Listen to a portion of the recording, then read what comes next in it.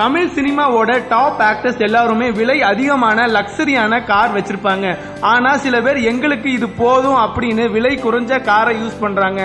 எந்தெந்த நடிகர்கள் விலை குறைவான காரை வச்சிருக்காங்கன்னு இந்த வீடியோல பார்க்கலாம்.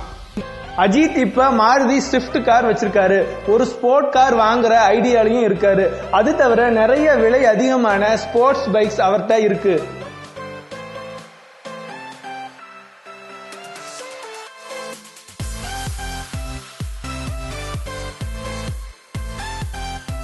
ரஜினி தனக்கு பிடிச்ச பிரீமியர் பத்மினி ஃபியட் காரை தான் இப்பவும் யூஸ் பண்றாரு.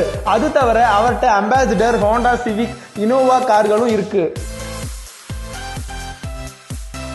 நம்ம விஜய் சேதுபதி மிட்சுபிஷி லான்சர் காரை தான் யூஸ் பண்ணிட்டு இருக்காரு. காமெடி நடிகர் சதீஷ் பிளாக் கலர் ரினால் டஸ்டர் காரை ரீசெண்டா இப்பதான் வாங்கினாரு.